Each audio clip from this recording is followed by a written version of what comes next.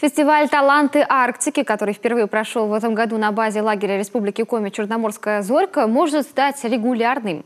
Об этом в интервью агентству ТАСС сообщил руководитель Федерального агентства по делам национальностей Игорь Баринов.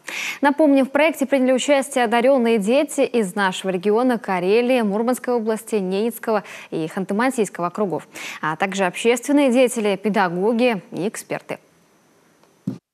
На самом деле мы сейчас стараемся больше делать акцент на государственно-частном партнерстве при проведении таких мероприятий. И вот «Таланты Арктики» – это как раз яркий пример, когда взаимодействие Федерального агентства по делам национальностей, властей Республики Коми и компании «Лукойл» при помощи Фонда поддержки коренных народов позволило провести очень яркое, запоминающееся мероприятие в детском лагере в Анапе. И мы увидели, насколько это важно и какой отклик находит в сердцах детей, которые побывали в этом году на Черном море. Мы уже сейчас думаем о том, чтобы сделать такой лагерь регулярным.